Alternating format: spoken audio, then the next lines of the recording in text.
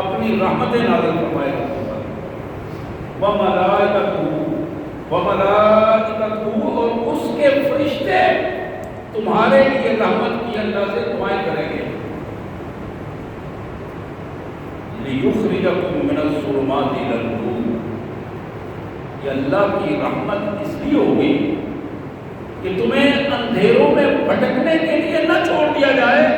بلکہ خوب اندھیروں سے نکال کر نور اور روشنی کی طرف تمہاری رہنمائی کی جائے، اور یہی صراط مستقیم ہے جو کامیابیوں کی ضمانت دیتا ہے۔ لِيُخْرِجَكُم مِّنَ الظُّلُمَاتِ إِلَى النُّورِ، تاکہ تمہیں خوب اندھیروں سے نکال کر نور کی طرف لے کر آئے۔ وَكَانَ بِالْمُؤْمِنِينَ رَحِيمًا، اور اللہ اپنے ایماندار بندوں پر بڑی رحمتیں نازل فرمانے والا ہے۔ یہ اللہ کی جو ایماندار بندے، جو اللہ کا ذکر کرنے والے، اللہ کی یاد کو اپنے ذہنوں میں تازہ رکھنے والے، صبح شام اللہ کی تسبیحات بیان کرنے والے، تحیتہم یوم یلقونہ السلام، کل جب یہ جنت میں جائیں گے تو ان کا استقبال اس طرح ہوگا کہ انہیں جاتے ہی پروٹوکول کے طور پر سب سے پہلے سلام پیش کیا جائے گا۔ تحیتہم یوم یلقونہ، جس دن یہ اکٹھے ہوں گے، ملاقات ہوگی اور جنت میں جائیں گے، اور اس ملاقات میں سب سے زیادہ ان کا پروٹوکول سلام سلام سلام سے ہوگا۔ وَأَعَدَّ لَهُمْ أَجْرًا كَرِيمًا، اور کائنات کے مالک نے ان کے لیے اسپیشل عزت والے مقامات اور اجر ان کے لیے بنا رکھے ہیں۔ یا ایھا النبی انا ارسلناک شاہدا، اے میرے پیارے رسول صلی اللہ علیہ وسلم، ہم نے آپ کو گواہ بنا کر بھجوایا ہے، ومبشرا، اور ہم نے آپ کو خوشخبریاں دے کر بھیجا ہے، ونذیرا، اور ہم نے آپ کو خیر خواہ بنا کر بھجوایا ہے، وداعیا الی اللہ بإذنہ، اور ہم نے آپ کو اللہ کی طرف دعوت دینے والا اس رنگ میں جس طرح اللہ چاہتا ہے۔ بإذنہ کا مطلب ہے اللہ کی اذن سے، جس طرح اللہ کا طریقہ ہے، مالک چاہتا ہے، اس طرح اللہ نے اپنے رسول کو داعی بنا کر بھجوایا ہے۔ وَسِرَاجًا مُنِيرًا، اور ان ساری چیزوں میں جو اہم ترین بات ہے، یہ ساری خصوصیات آپ میں آئیں تو پھر آپ دنیا کے لیے سراج منیر بن جائیں، ایک ایسا واضح روشن سورج جس کی کرنوں سے پوری کائنات منور ہو گئی ہے۔ وَبَشِّرِ الْمُؤْمِنِينَ بِأَنَّ لَهُم مِّنَ اللَّهِ فَضْلًا كَبِيرًا، میرے رسول اپنے ایمان والے ساتھیوں کو بتاؤ کہ اللہ نے ان کے لیے بڑا فضل تیار کر رکھا، بڑی رحمت، بڑا فضل، بڑا عزت والا اجر۔ وَلَا تُطِعِ الْكَافِرِينَ وَالْمُنَافِقِينَ، یہ آخری ہدایت ہے مالک نے جو اپنے بندوں کو دی ہے کہ اللہ کے رسول کے اور قیامت کے جو منکر ہیں، اللہ کے منکر، اللہ کے رسول کے منکر اور قیامت کے منکر، ایسے لوگ جو ایمان نہیں رکھتے، بے ایمان ہیں، ان لوگوں کے ساتھ ان کی بات بھی نہ مانو اور ان کے ساتھ بھی نہ چلو۔ والمنافقین، اور ایسے لوگ جو بظاہر اوپر سے اپنے آپ کو مسلمان کہتے ہیں لیکن اندر سے ان کا رویہ دوسرا ہے، اس پر منافق۔ والمنافقین، اور منافقین کے ساتھ بھی مل کر نہ چلو، ان کی بات کی تسلیم بلا تطیع، ان کی بات کی نہ مانو۔ وَتَعْزَاهُمْ، اور ان کی طرف سے غلط منصوبہ بندی اور پلاننگ جو ہے تمہارے خلاف، اس کی پرواہ نہ کرو۔ یہ کافر ہمیں یہ کرتے ہیں، مار دیں گے، ہمارا راستہ روکیں گے، تباہ کر دیں گے۔ منافق یہ کچھ سازشیں کریں گے، اللہ نے فرمایا تم بھول جاؤ اس بات کو، ذرا میرے بند کے ان کو بھولو، پھر دیکھو کہ تمہارے اللہ کس طرح تم پر اپنی رحمتیں نازل فرماتا ہے۔ وَدَعَهُمْ، ان کی سازشوں اور ان کی تکلیفوں کو بھول جاؤ، چھوڑ دو۔ وَتَوَكَّلْ عَلَى اللَّهِ، اور اپنے اللہ پر توکل کرو، اللہ پر اعتماد کرو، اللہ پر بھروسہ کرو۔ وَكَفَىٰ بِاللَّهِ وَكِيلًا، اللہ اکیلا وحدہ لا شریک تمہارے ہر کام میں تمہاری معاونت، سرپرستی اور تمہاری سربراہی کرنے کے لیے ایک اکیلا اللہ کافی ہے۔ سبحان اللہ وبحمدہ، سبحان اللہ العظیم وبحمدہ، نستغفر اللہ، وصلی اللہ علی النبی وعلی آلہ واصحابہ وبارک وسلم۔ حضرات، یہ 22ویں پارے کی سورہ احزاب کی آیات تھی، آیت نمبر 39 سے لے کر آیت نمبر 48 تک میں نے آپ کے سامنے تلاوت کی ہے، اور ان آیات کا مفہوم بھی آپ کے سامنے رکھا۔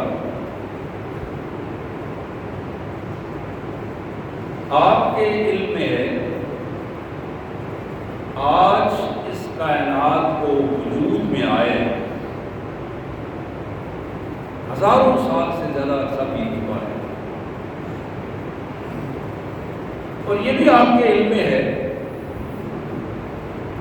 کہ اللہ کریم میں ہمارا یہ ایمان ہے، کسی کا کوئی اور ایمان ہو تو ہمیں اس سے کوئی تعلق نہیں، ہمارا یہ ایمان ہے جو اللہ نے ہمیں بتایا اس پر ہم ایمان رکھتے ہیں۔ اس کائنات کا آغاز کائنات کے مالک نے کلمہ کن سے کیا، کلمہ کن سے اس پوری کائنات کا آغاز فرمایا، اور پوری کائنات کو اللہ فرماتے ہیں کہ ہم نے 6 دن میں مکمل فرمایا۔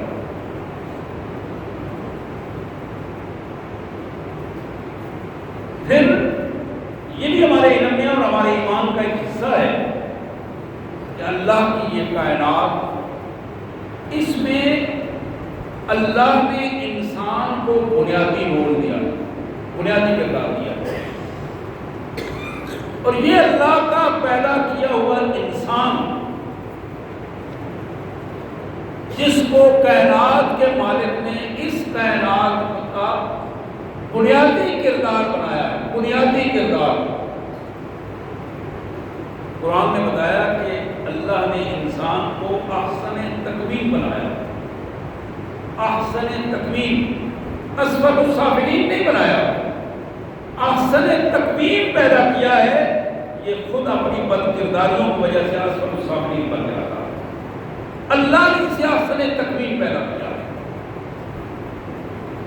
اور یہی وجہ ہے کہ اس کا بنیادی کردار اس کائنات میں رکھا ہے، اور اس کائنات کا آغاز، یہ بھی ہمارا ایمان ہے اور ہمارے ایمان کا حصہ ہے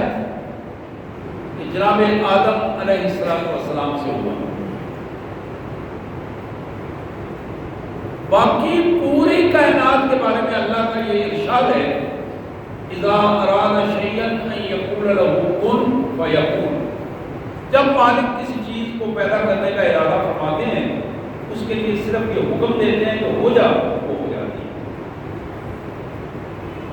لیکن انسان کے بارے میں اللہ نے قرآن مجید میں یہ ارشاد فرمایا کہ میں نے اپنی مخلوق کو، جسے پوری دنیا کی مخلوقات کا سردار بنایا اور سب سے بہترین اشرف المخلوقات بنایا، خلقت بیدیہ، میں نے اسے اپنے دست قدرت سے پیدا کیا۔ یہ شرف ہے انسانیت کا شرف، یہ انسانیت کا شرف ہے کہ اللہ نے اپنے دست قدرت سے اسے پیدا فرمایا، اور پھر فرمایا وَنَفَخْتُ فِيهِ مِن رُوحِي،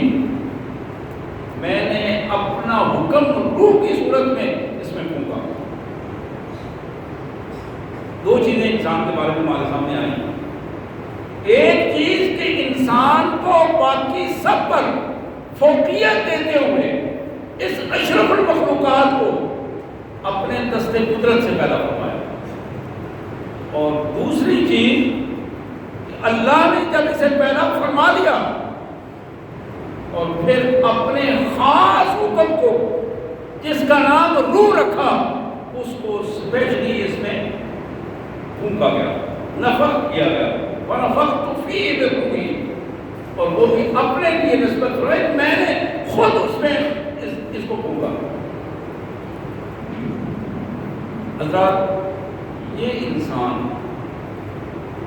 جو تخلیق کائنات میں بنیادی حیثیت رکھتا ہے، پہلا انسان، پہلا نبی عام آدمی نہیں تھا. وہ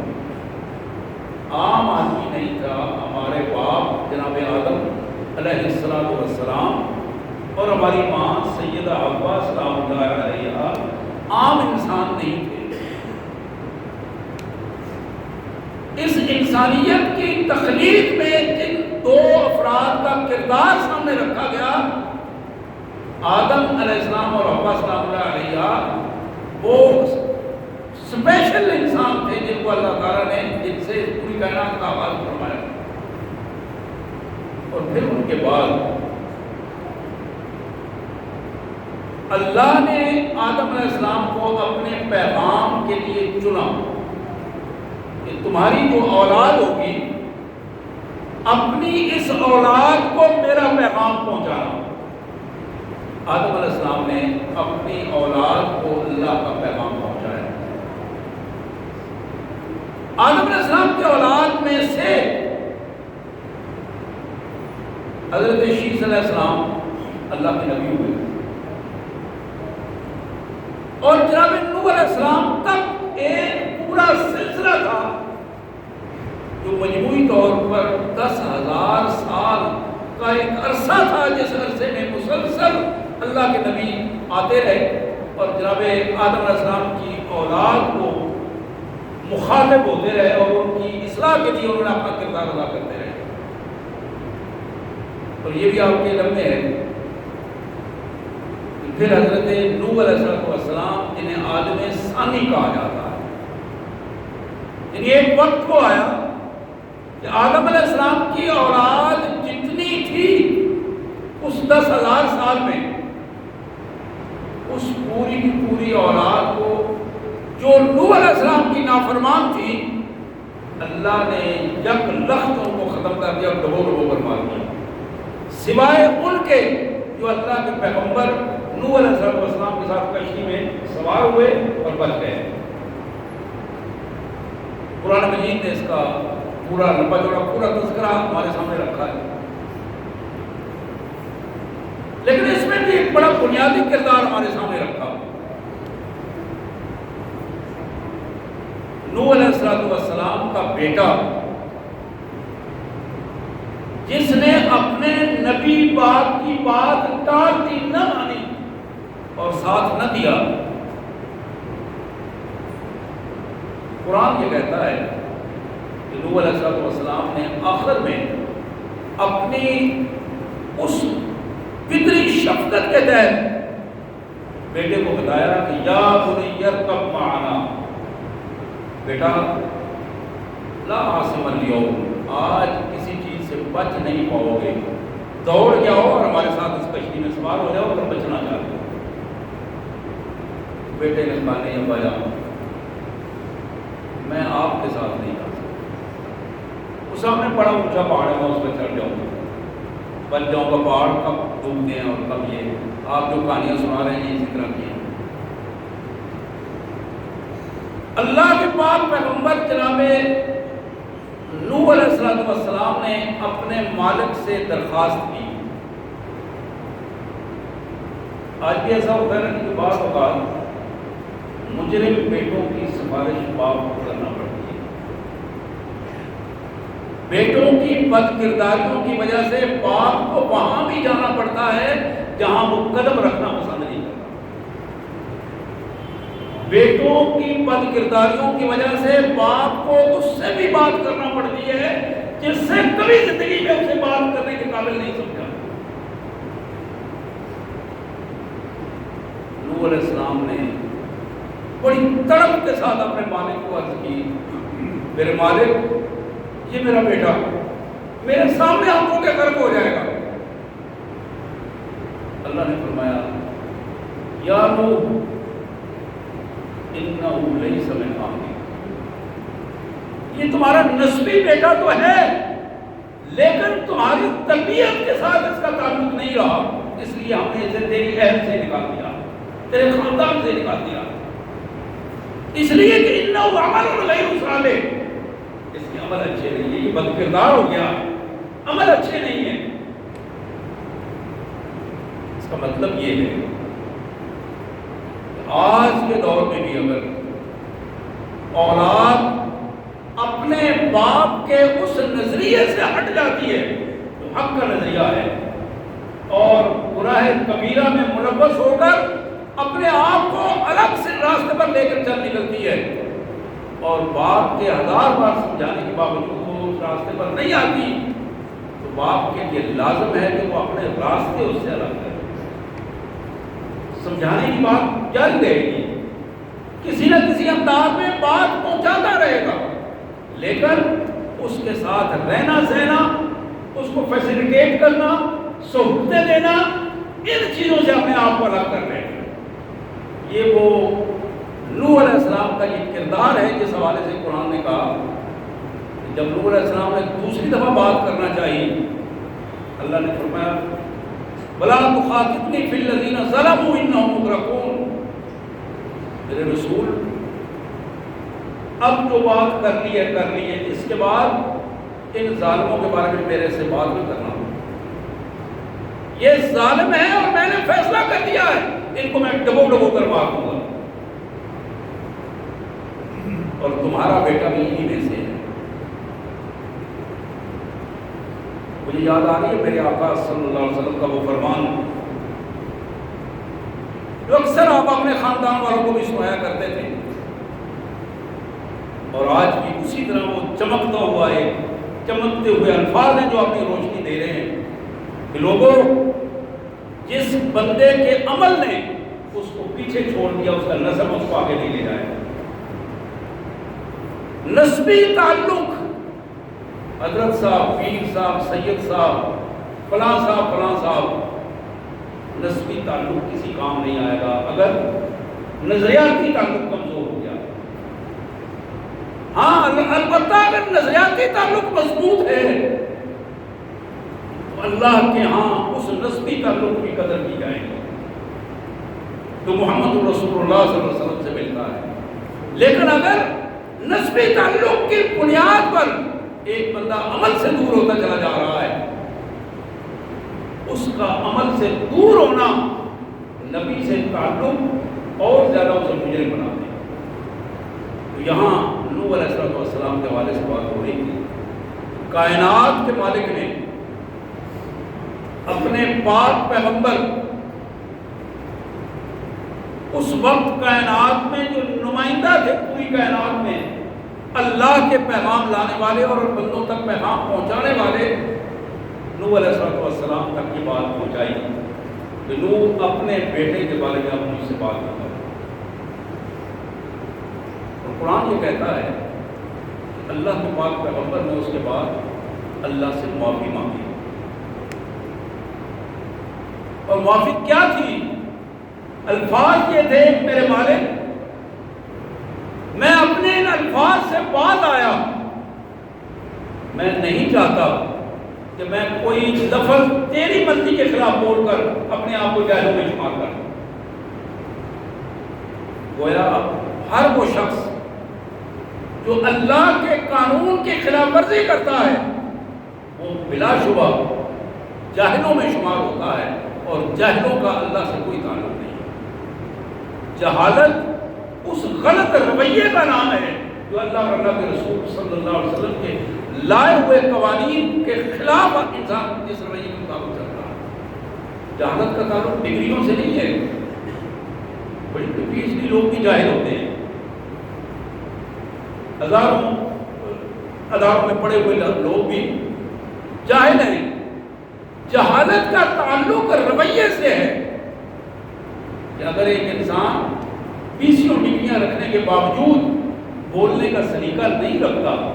انسانوں کی آبادیوں میں رہنے کا اسے سلیقہ نہیں ہے، انسانوں کو پہچاننے کا سلیقہ نہیں ہے، انسانوں کے ساتھ روابط رکھنے کا سلیقہ نہیں ہے، وہ بندہ 20 ڈگریاں رکھنے کے باوجود جاہل ہوگا۔ اس بات پر پوری دنیا کے سیرت علماء اس بات پر اتفاق کرتے ہیں، اور جتنے جدید سائنسسٹ ہیں وہ بھی اس پر اتفاق کرتے ہیں کہ جہالت رویے کا نام ہے اور علم بھی رویے کا نام ہے۔ میں عرض کر رہا تھا کہ یہ پورا رویہ تھا جو آدم علیہ السلام سے لے کر نوح علیہ السلام تک ہمارے سامنے آیا۔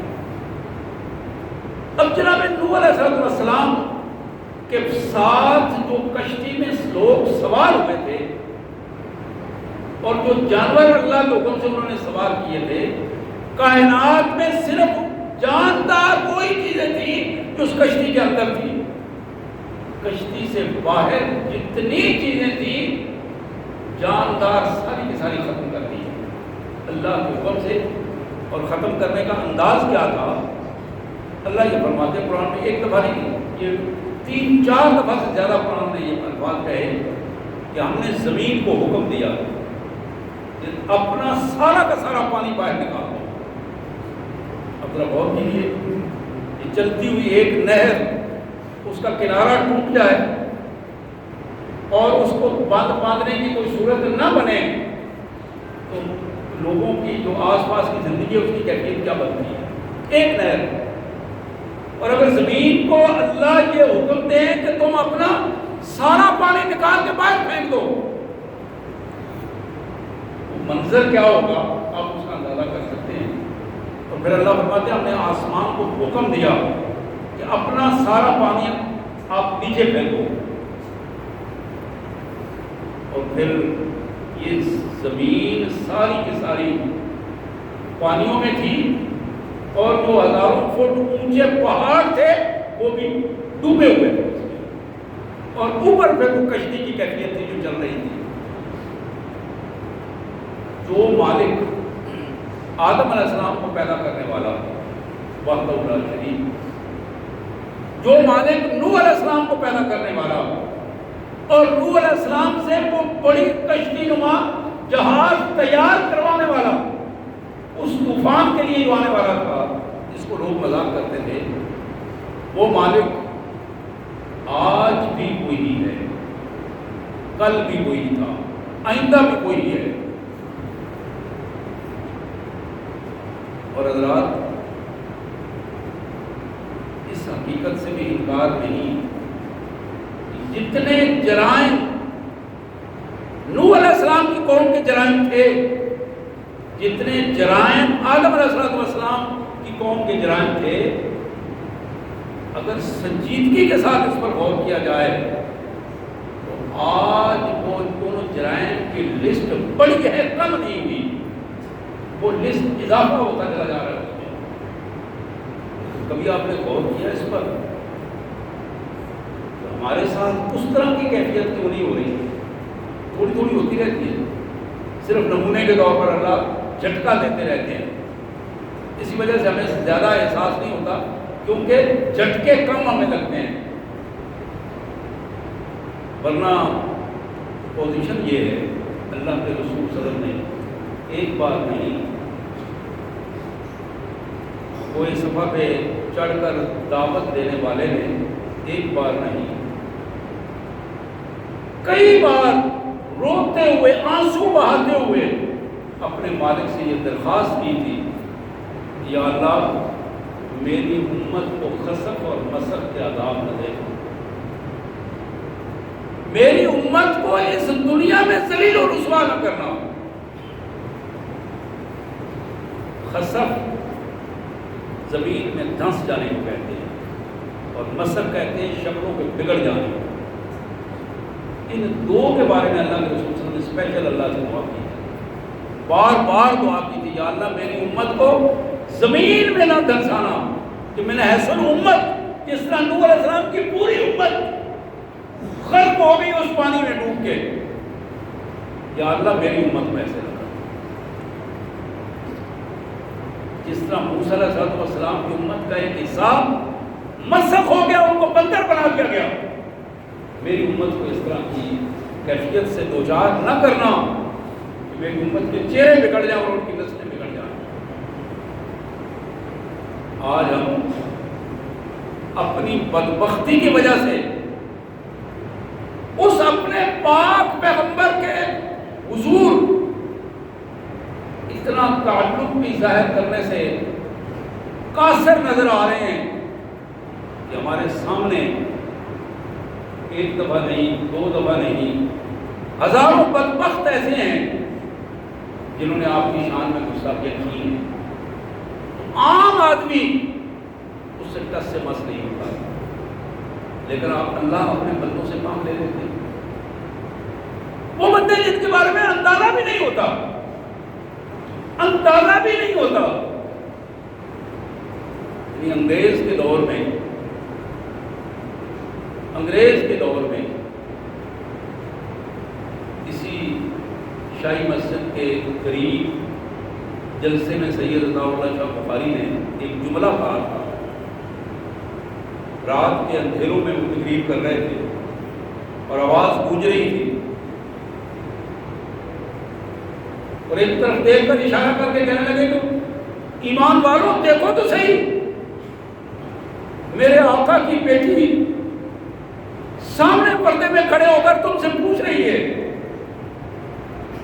کہ تم میرے بابا کو گالیاں نکالنے والے لوگوں کو یوں ہی برداشت کرتے رہو گے۔ یہی ایک جملہ تھا،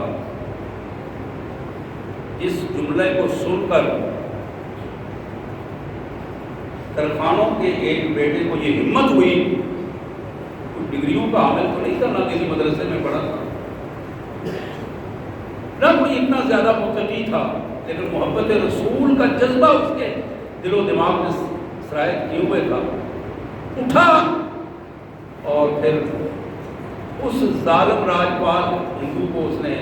جہنم حاصل کیا۔ اللہ جس سے اپنے کام لینا چاہتا ہے وہ دے دیتا۔ وہ بندہ عدالت میں کھڑے ہو، انسانوں کی عدالت میں، وہ بندہ کسی ظالم کے سامنے ہو یا کسی کی سزا میں ہو، جب قانون ظلم کو مہلت دیتا چلا جاتا ہے اور ظلم معاشرے میں عام ہوتا چلا جاتا ہے، اور پھر نظریاتی ظلم معاشرے میں اپنی جگہ بناتا چلا جاتا ہے، اور اٹھنے والا ہر ایرا غیرہ اپنی زبانوں کو دراز کرتا چلا جاتا ہے، تو پھر اللہ تعالیٰ اپنے ان کمزور بندوں میں سے ایک کمزور ترین بندے کو اٹھاتا ہے۔ وہ کمزور ترین بندہ اس وقت کے تابوت کو اس کے پڑخچے اڑا کر رکھ دیتا ہے، پھر دنیا اپنے انداز میں اپنے ایمان اور بے ایمانیوں کا اظہار کرتی رہتی ہے۔ کوئی کہتا ہے اس نے اچھا کیا، کوئی کہتا ہے اس نے برا کیا۔ اب وہ اچھا اور برا اس نے جو کیا وہ کیا، لیکن یہ جو اپنے ایمان کا اظہار کر رہا ہے، یہ جو اپنی حقیقت بیان کر رہا ہے دوسرے کے سامنے، یہ ریکارڈ ہو رہی ہے اللہ کے حضور کہ اس کا تعلق میرے رسول سے کتنا ہے۔ حضرات یہی وہ بنیاد تھی۔ انشاءاللہ اپنے مضمون کو اگلی دفعہ جناب نور علیہ السلام سے آگے چلائیں گے۔ اللہ سے دعا ہے اللہ تعالیٰ ہمیں توفیق عطا فرمائے کہ ہم اپنے عقیدہ توحید کو، عقیدہ رسالت کو اور عقیدہ آخرت کو لے کر اس دنیا سے جائیں، اور ایمان کے ساتھ اللہ ہمیں اس دنیا سے لے جائے، بے ایمانیوں سے ہمیں پناہ عطا فرمائے۔ وآخر دعوانا الحمد للہ رب العالمین۔